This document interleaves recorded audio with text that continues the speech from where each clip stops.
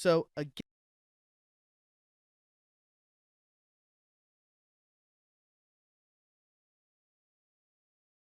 long.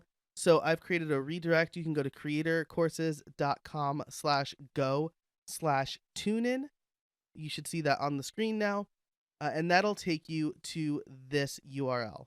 And unlike iTunes and Stitcher, we don't necessarily need to create a TuneIn account to submit our podcast. We just need to fill out this form.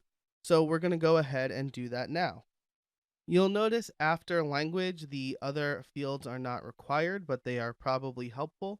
The station email is the same as my email address, so I'm going to leave that out as well as my phone number. And again, I will just list my personal Twitter account here. So I'm going to click I accept and agree to the terms of service. I'm going to send that email.